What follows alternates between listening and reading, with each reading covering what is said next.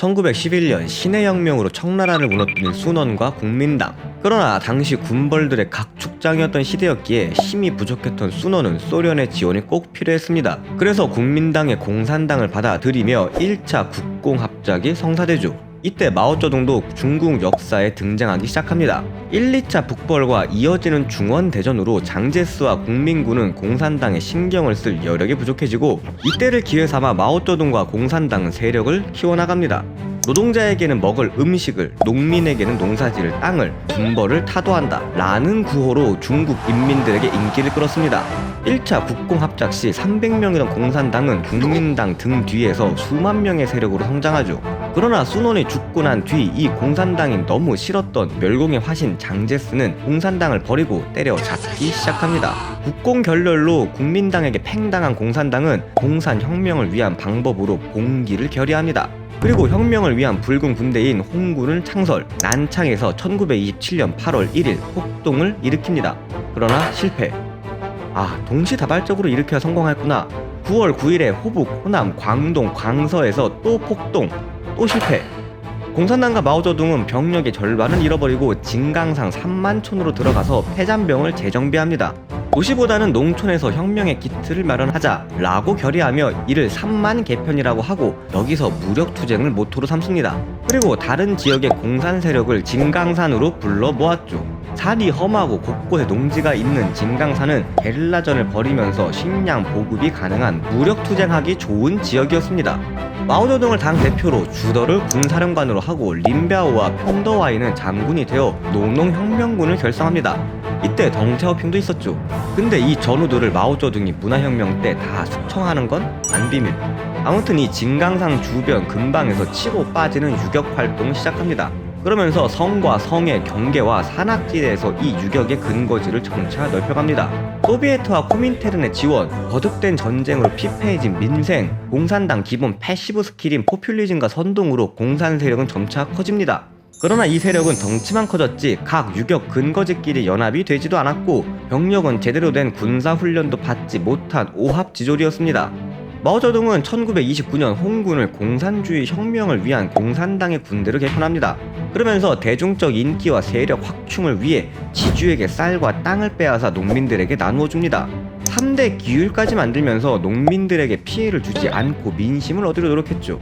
장제스가 북벌을 할 때마다 뒤에서 계속적인 유격전을 실시하며 동시에 대중 친화 노선을 걸어갑니다. 그러던 1932년 12월 중원 대전이 끝나고 마침내 북벌을 마무리 지으며 천하통일을 완성한 장제스.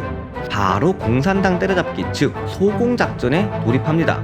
국민당은 장제스가 직접 키운 황푸 군관학교 출신의 우수한 장교들, 독일제 우수한 무기, 북벌을 하며 흡수한 압도적인 숫자의 병력을 가지고 있었죠. 때문에 공산당 때려잡기는 쉽게 될 줄 알았습니다. 하지만 공산당은 치고 빠지는 벌처 작전으로 대응합니다. 정면 충돌은 최대한 피하고 적을 유인해서 타격, 섬멸하는 유적 시민 작전을 펼칩니다. 이 작전으로 1, 2차 국민당의 소공작전은 실패로 돌아가고 말죠. 그러자 빡친 장제스는 자신이 직접 30만의 군대를 이끌고 1931년 7월 1일 3차 소공작전을 시행합니다. 그러나 이 상황을 이미 파악하고 있던 공산당 홍군은 산악지대에서 매복하며 국민군을 기다립니다. 그리고 기습, 국민군의 주력 부대를 격파합니다. 장제스는 재차 공격하려 하였으나 이번에는 일본이 통수를 칩니다. 일본 관동군이 1931년 9월 18일 만주사변, 1932년 1월 상하이 사변을 일으키고 1932년 3월 만주국을 설립하고 청나라 마지막 황제 푸이를 만주국 황제로 옹립하며 결국 만주를 꿀꺽해버리죠. 그러자 장제스는 하는 수 없이 난징으로 돌아가야 했습니다. 장제스가 물러서자 1931년 11월 공산당 전국 대표회에서 중화 소비에트 공화국을 설립합니다. 후난, 후베이, 안후이, 간수, 장시성의 오지의 점조직처럼 흩어져 존재했죠. 국민당이 지배하는 중화민국과는 별개인 다른 국가로 자체적인 화폐를 통용하고 세금도 걷었습니다. 그러나 경제적으로 중화 소비에트는 소련과 코민테른의 지원이 필요했습니다. 이들은 국내파 공산주의자인 마오쩌둥보다는 소련 유학생 출신인 볼셰비키, 왕민과 보구를 좋아했죠. 이 국제파는 마오쩌둥의 게릴라전에도 불만이었습니다. 우리 소련이 무기도 주고 전술훈련도 시켜주는데 왜 못 이기느냐? 우리 홍군은 능력이 된다. 마오쩌둥과 국내파가 의지가 박약하고 노력이 없는 거 아니냐? 이때 마오쩌둥의 입지는 잦았습니다. 그러나 홍군의 전투력은 좋아지죠. 그동안의 전투 경험과 노획한 무기, 공산 선전으로 가세한 농민들로 홍군의 규모는 엄청나게 커집니다. 예전에 오합지졸이 아니었죠. 홍 4군은 10만, 홍 2군은 3만, 홍 8, 10, 16군도 각각 10,000명 이상의 병력을 가지고 있었습니다. 이러한 상황에서 장제스는 선택을 해야 했습니다. 1. 만주국을 공격하여 일본과의 전쟁을 한다. 외세 침략을 저지한다는 명분이 있었죠. 2. 홍군을 공격하여 공산당을 박살낸다. 내부의 안정. 장제스는 멸공의 화신답게 먼저 국내를 안정시키고 후에 외세를 막아낸다 라는 길을 택합니다. 그리고 그해 6월 호북, 하남, 안휘, 호남의 홍군을 섬멸하려는 4차 소공작전을 실행합니다. 이번에는 전과 다르게 단기전으로 승부를 볼 생각을 하지 않았습니다. 더 많은 병력과 무기를 투입했죠. 60만의 병력에 군함과 전투기까지 동원했습니다. 그리고 천천히 공산당과 홍군을 포위해갔죠. 주더와 펑더화이가 분전하긴 했지만 국민당의 포위 공격으로 홍군은 패배를 이어갔습니다. 한 대만 더 때리면 죽는 딸피 상황의 공산당. 그러나 만주국의 관동군이 산해가를 넘어 남하를 시작했습니다. 화북 지역이 위험해지자 어쩔 수 없이 국민군은 일본군의 남하를 막으러 철수하고 공산당은 간신히 목숨을 부지합니다. 그러나 전쟁에서 저도 농촌 지역에서의 공산당 인기는 높아지고 세력은 확대됩니다. 중국 민중들이 보기에 장제스와 국민당은 군벌 시대가 끝났는데도 일본군이 만주를 먹었는데도 같은 중국인들끼리 싸우려고 하고 공산당은 자신들에게 잘 대해줬거든요. 거듭된 패배와 자신에게 불리해지는 여론, 4번의 소공작전 실패로 국민당과 장제스는 몸이 달아 있었습니다.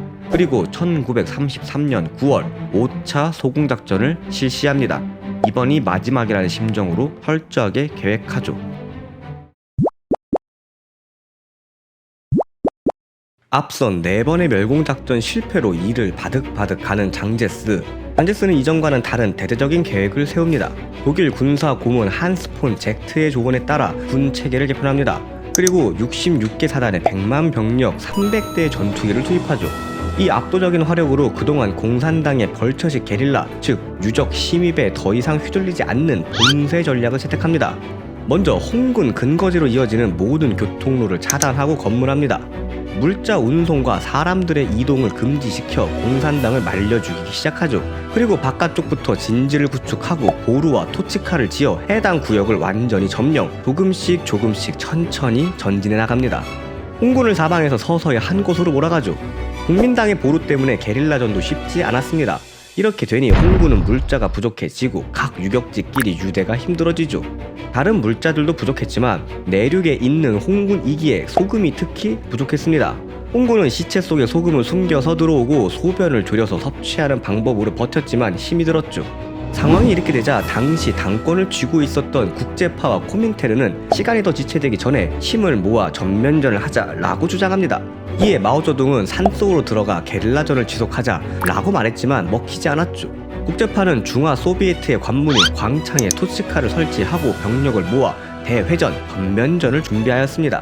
국민군은 이 상황을 알고 공군과 포병으로 토치카를 박살내버립니다.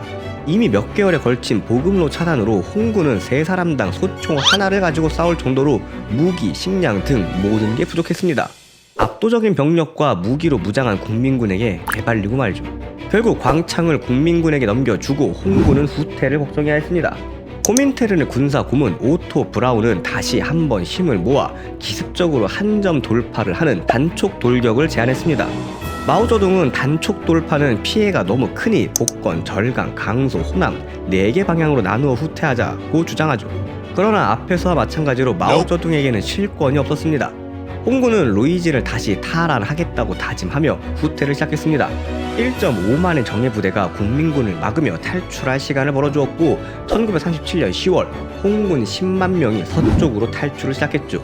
인류 역사상 단일 군사작전으로 가장 긴 행군인 대장정의 시작입니다. 간신히 국민군의 포위망을 뚫어냈지만 국민군의 추격은 계속되었죠. 1934년 1월 귀주에 도착. 국민군이 뒤쫓아오는 상황이었지만 마오쩌둥의 끈질긴 요청으로 당회의가 개최됩니다. 회의 주제는 5차 소공작전에서 패배한 이유. 국제파와 코민테르는 홍군과 당에는 문제가 없다. 다만 국민군의 무기가 너무 좋고 병력이 압도적이라 밀린 것뿐이다. 그리고 다른 지역의 공산 세력이 너무 약해서 도움이 미미했다. 지금 당의 노선과 비전은 틀리지 않았다. 라며 남 탓을 시전합니다. 자신의 주장이 몇 번이고 번번이 막히며 기회를 엿보던 마오쩌둥은 바로 반격을 합니다. 남 탓을 해? 국제파 코민테른이 중국 사정도 잘 모르면서 당 노선을 잘못 세웠다. 군사작전 잘못 짰다. 보구와 오토 브라운 등 국제파와 코민테른을 맹비난하죠. 상황은 마오쩌둥에게 유리했습니다.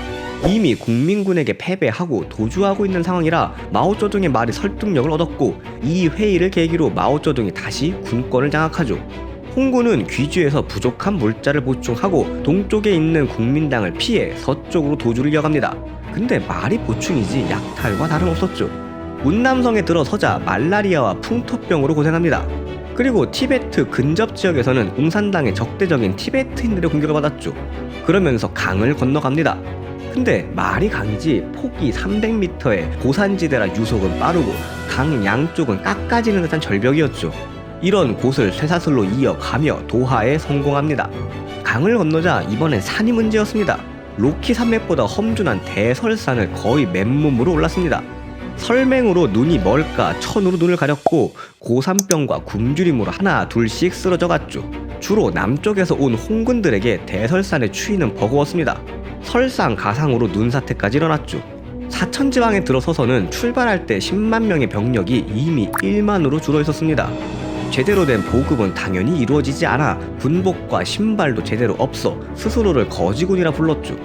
한계까지 다다른 홍군은 사천지방에서 가축과 곡식을 징발하고 약탈해 갑니다. 그러자 농민들이 무기를 들고 일어나 홍군과 싸웠죠. 상황이 심각해지자 마오쩌둥은 이거 내가 아니라 장고타오가 한 거임. 남 탓을 바로 주장합니다. 농민은 우리의 친구인데 친구를 털어먹는 장고타오 나쁜 놈. 이 힘든 시기에 자신의 정적을 제거하는 고급 습기를 쓰는 마오쩌둥입니다. 그리고 북상을 시작합니다. 여차 하면 몽골과 소련의 지원을 받을 생각을 했죠.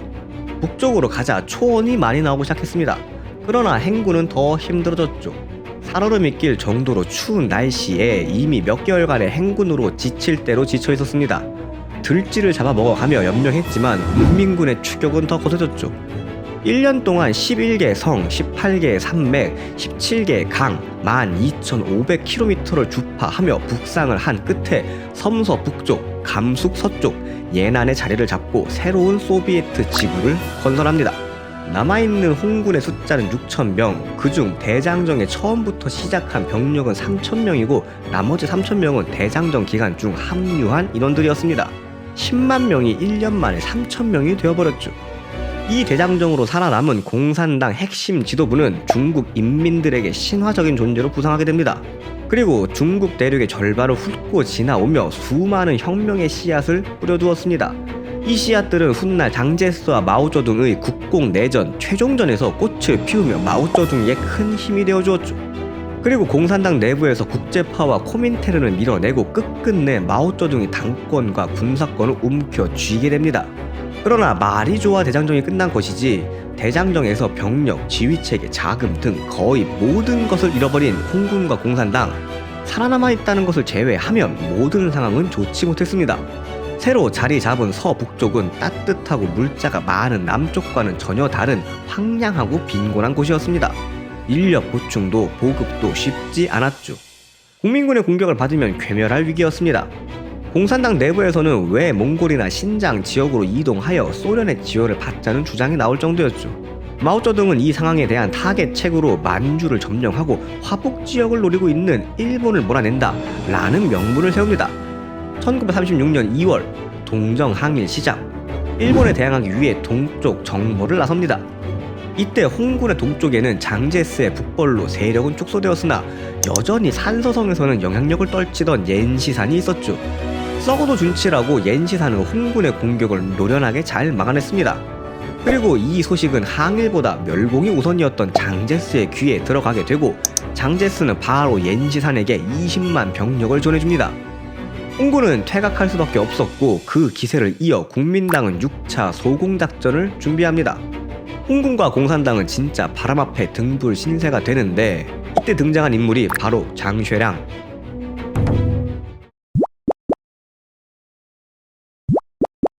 장쉐량은 동북왕이라 불리웠던 만주의 패자 장쩌린의 아들입니다. 어찌 보면 군벌의 시대 통일에 가장 근접했던 인물은 장제스가 아니라 장쩌린과 장쇠랑이었죠. 하지만 장쩌린은 일본에 의해 복사당하고 장쇠랑의 근거지인 만주는 일본에게 빼앗깁니다. 그리고 만주 왼쪽 화북 지역으로 밀려났죠. 이런 상황에서 장제스가 항일은 뒷전이고 공산당만 두들겨 패니 장쇠랑 입장에서는 짜증이 났습니다. 이 상황을 알고 있던 공산당에서는 몰래 저우원라이를 장쇠랑에게 보내 내전을 중지하고 공동으로 항일을 하자라는 비밀 회담을 갖습니다. 우리 서로 공격하지 말고 먼저 일본을 공격해서 몰아내자. 근거지 탈환과 아버지의 복수라는 장쇠랑의 명분과 구국과 공산당의 생존이라는 공산당의 이해가 잘 맞아떨어졌죠. 이러던 와중 장제스는 예난에 있는 공산당에 대한 6차 소공작전을 개시하려 하였습니다. 장쇠랑은 장제스에게 시안으로의 방문을 요청하였고 소공작전에서의 승리를 위해 장쇠랑의 동북군이 필요했던 장제스는 1936년 12월 4일 시안에 방문합니다. 시안의 군 공항에 내리자 만주가 고향인 동북군 장교 수백 명은 장제스를 둘러싸고 소공작전에 대해 질문하기 시작합니다. 일본이 먼저냐 공산당이 먼저냐. 눈치가 없는 건지 멸공에 대한 사명감인 건지 장제스는 여기서 나는 소공작전을 시행할 거다 라고 바로 대답해버립니다. 그리고 장쇠랑과 장교들은 장제스를 납치하기로 결정합니다. 12월 12일 새벽 군용 트럭에 120여 명의 정예 병력을 태우고 장제스의 숙소를 공격합니다. 쿠데타를 일으킬 생각은 아니었고 장제스의 항의를 이끌어내기 위한 작전이기에 장제스를 공격하진 않았죠. 대신에 경계 병력들은 다 사살합니다. 이른 아침 잠옷 차림으로 태극권을 하고 있던 장제스, 총소리가 나자 잠옷 차림에 틀니도 챙기지 못하고 도주하여 뒷산에 있는 동굴에 숨어 있다가 결국 체포가 됩니다. 장쇠랑은 이 소식이 난징에 들어갈 경우 난징 국민당 군대와 자신의 동북군끼리 내전이 일어날 것을 우려하여 먼저 난징에 전보를 보냅니다. 나는 고향을 되찾고 싶을 뿐이다. 장제스의 목숨을 위협하거나 권력을 빼앗을 생각은 없다. 다만 나의 충언을 들어주고 반성하기를 바란다. 그러고 공산당과 합작해서 일본을 몰아내자고 말하며 8개 항목을 요구했습니다. 이 소식을 들은 난징 정부는 겉으로는 장제스를 위하는 척하며 동북군을 공격해야 한다고 주장하였습니다. 장쇠랑의 시안사변을 쿠데타로 규정하고 장쇠랑의 모든 직무를 박탈하며 체포할 것을 결의하죠. 하지만 장제스의 권력을 노리고 있던 인물들은 뒤에서 눈치를 보며 장제스 사후의 상황을 생각하고 있었습니다. 난징의 전투기를 띄워 시안 시내 위를 비행하고 위기감을 고조시켰습니다. 리중러는 장제스가 죽어도 시안을 폭격해야 한다고까지 주장하였죠. 장제스도 죽이고 자신이 총통도 되고 일석이조였거든요. 장제스의 반대파인 왕징웨이는 외국에 나와 있다 이 소식을 듣고 이건 기회야 이러면서 귀국을 서둘렀습니다. 위기 상황이 되니 자신과 장제스에게 등을 돌린 이러한 난징의 상황에 장제스의 부인 숭메이링은 격분하였죠. 모든 군사작전을 중지시키고 직접 시안으로 가서 장쇠랑을 만납니다. 숭메이링을 좋아했던 장쇠랑은 시안으로 온 숭메이링을 만나서 장제스 석방에 대한 논의를 합니다. 숭메이링과 장제스는 8개 항목 중 4개를 들어주고 국공합작을 약속하며 석방되죠. 석방 직후 찍은 사진에서 웃고 있는 장쇠랑과 표정이 썩어있는 장제스죠. 우여곡절 끝에 난징으로 돌아온 장제스는 장쇠랑을 잡아들이고 소공작전도 진행하려 했습니다. 그러나 민심은 항일과 국공합작을 원하고 있었죠. 그래서 소공작전을 취소하였지만 장쇠랑은 체포를 합니다.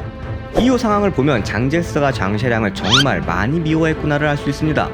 자신이 10년 동안 공들인 멸공작전을 단 2주 만에 없애버렸다고 욕을 하며 1937년부터 조그마한 집에 가택연금을 시킵니다. 훗날 국공내전에서 마오쩌둥과 공산당에 밀려 대만으로 갈 때도 이 장쇠랑을 데리고 갑니다. 살 때 필요한 최소한의 물품만 지급되었고 정치와 관련된 서적은 반입을 금지시켰습니다. 때문에 과거 역사 서적밖에 읽을 것이 없었고 몇십 년 동안 책을 읽다 명나라 전문가가 되었죠. 매일 반성문을 쓰게 시켰고 장쇠랑이 아파도 병원에 가는 것조차 허락하지 않았습니다. 오히려 그 새끼 좀 있으면 죽겠네? 그러고 좋아했다고 하죠. 장제스가 죽고 나서도 이 가택연금은 지속되었고 장제스의 아들인 장진거가 죽고 나서인 1991년이 되어서야 석방이 됩니다.